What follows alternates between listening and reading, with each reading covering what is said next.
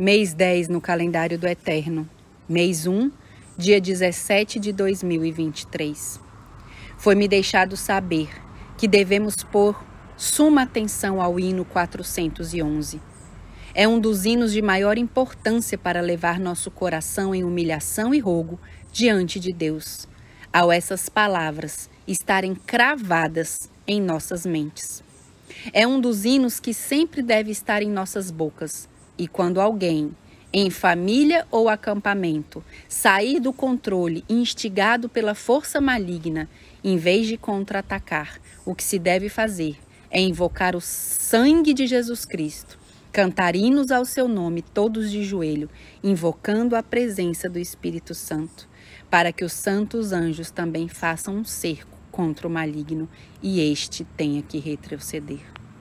Um pensamento, ação ou palavra, um objeto, uma inclinação que honre ao maligno será a porta de entrada para a pessoa, família ou acampamento. O povo que anela a santidade em Jesus Cristo deve entender isso e se desfazer de todo anátema, interno ou externo, para que assim o sangue de Jesus Cristo seja imputado na vida de cada um de nós. O inimigo nos enche de supostos deveres e certamente temos deveres, mas em Jesus Cristo, cada dever dado por nosso dono, Criador, Redentor e Sustentador, será em momentos de meditação, louvor e comunhão com Ele. Ao contrário, os supostos deveres impostos por nós mesmos trarão falta de paz, dissensões e amargura, e, consequentemente, o maligno terá uma porta aberta no nosso ser, para a destruição própria e de outros. Analisemos que caminho, ação, pensamento, palavra ou coisas em nossa vida estamos fazendo. Deus não é um Deus de fracassos. E se estamos experimentando fracasso em nossas vidas, certamente temos nos desviado dos propósitos e caminhos de Deus. Neste caminhar dos filhos de Deus para as montanhas, o inimigo nos observa de perto e vê quem o serve através do orgulho, do descontentamento, da inconformidade. Aquele que passa o tempo se medindo conforme os outros, cobiçando o que os outros têm. Aqueles que só vivem se existe uma multidão onde eles podem estar.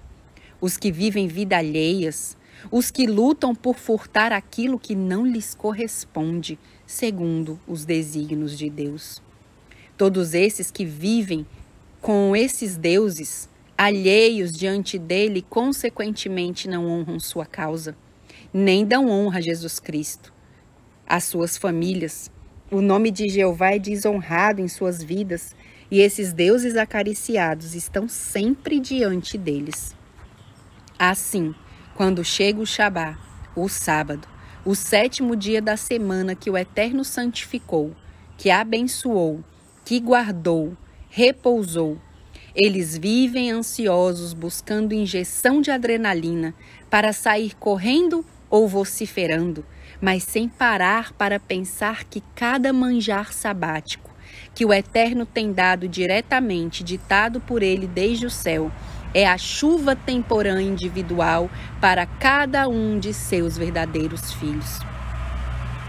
Aquele que fala prontamente, sem digerir, é como o sino que tine, e no dia final lhe será dito: apartai-vos de mim, vós que praticam a maldade. Coisa grande é explicar para os outros o que o Eterno fala, sem primeiro vivê-lo.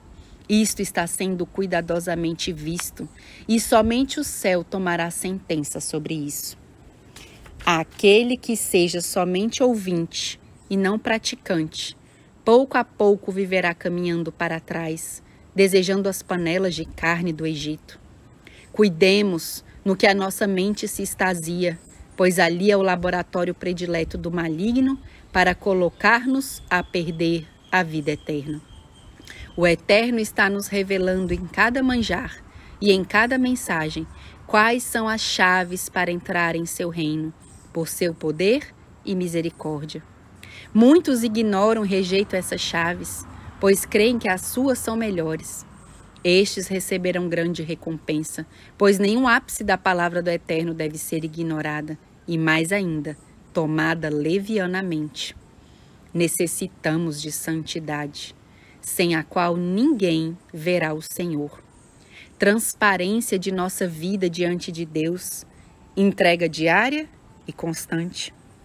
De nada servirá fingir, pois fingir diante dos homens criará um êxtase momentâneo e uma grande angústia e infelicidade interna, pois é melhor ser rejeitado pelos homens, mesmo que isso nos cause dor, do que por Jesus Cristo, que deu tudo por nós. E ao estar para sempre ao seu lado, já não haverá mais pranto, dor ou tristeza, porque Ele fará em nós e por nós novas todas as coisas. Jesus pôs Pedro à prova, logo após sua ressurreição. Por 3 vezes lhes disse Pedro: me amas mais que esses? E ele respondeu que sim, na primeira vez. Aquele que correu diante da turba enfurecida, da apreensão de Jesus e o havia negado por 3 vezes, estava ali diante do doador da vida, sendo interrogado com amor, ternura, mas com justiça. Assim Jesus voltou a dizer-lhe: Pedro, me amas? Sim, Senhor. A voz de Pedro foi escutada: tu sabes que te amo. E Jesus lhe disse outra vez: apacenta meus cordeiros. Essa era uma pergunta esquadrinhadora para o coração de Pedro, assim como o é para cada um de nós. Não pode haver restauração total e permanente se não chegar à raiz do mal. Muitas vezes recortamos ramos e folhas, mas o mal ressurge nelas e a amargura, dissensões e possessões malignas vem a nós, pois o mal só é curado na raiz. Ali é onde o mal está oculto. É ali onde cada sentido moral deve ser julgado, e não por nós ou outro mortal, porém pela presença divina de Jesus Cristo, do Espírito Santo. Somente através das obras contínuas de nossa vida é que testificamos entre nós, os mortais, se isso tem sido assim ou não. Jesus Cristo voltou a perguntar pela 3ª vez a Pedro: me amas? Me amas mais que a esses? Aqui, Cristo chegou até a raiz de Pedro. Uma análise como somente ele pode fazer, mas além de um exame de ressonância como imagem moderna. O Rei do Universo escaneou o ser de Pedro, e o ser de Pedro o sentiu e reconheceu. Pedro reconheceu que devia cair sobre a rocha para ser liberto, e assim poder nascer em Cristo Jesus outra vez. E com grande pranto e dor exclamou: Senhor, tu sabes tudo, tu sabes que te amo.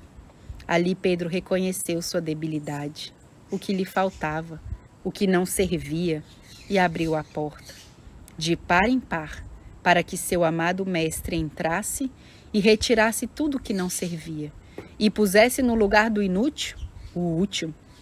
Essa é a obra que toca cada alma que tem desonrado ao Eterno e entristecido o coração do seu Senhor e Salvador, negando-o com seus atos e palavras, negando sua verdade e justiça. Se suportamos na tentação o processo de prova e o eu se mantém adormecido, sem despertar ou sentir-se ferido ou machucado pela prova, essa afiada espada penetrante permitirá ver que a alma está morta para o eu, mas viva em Cristo Jesus. Pedro caiu mesmo antes do que o mestre o havia advertido que lhe negaria 3 vezes, porque o Eterno sabia que o seu eu estava vivo. E assim Pedro, humilhado, aprendeu a vital lição de morrer, pela graça e pela justiça de Cristo, ao eu, para logo ter o privilégio de poder apacentar o rebanho do Eterno, não só de ovelhas, mas também de cordeiros. Uma obra ampla e dedicada estava diante dele, que ele não teria conseguido fazer se o seu eu estivesse vivo. Mas um Pedro transformado estava ali. Antes, Uma vez foi impaciente e jactancioso, mas agora vivia submisso, com o coração contrito diante de Deus e de seus irmãos. Tanto foi assim que no momento de sua morte, não quis ser crucificado na mesma posição do Mestre, porque mesmo disso não se sentia digno. Peçamos ao Eterno que nos esquadrinhe de todo o coração, para que assim possamos ser libertos, desde a raiz do grande problema mortal do eu de nossas vidas. Somente assim estaremos livres da morte eterna e de ser pedra de tropeço na vida daquele que nos ouvem e nos rodeiam. É meu rogo e oração nessa hora que assim seja na vida de cada um de nós. Que o Senhor nos abençoe.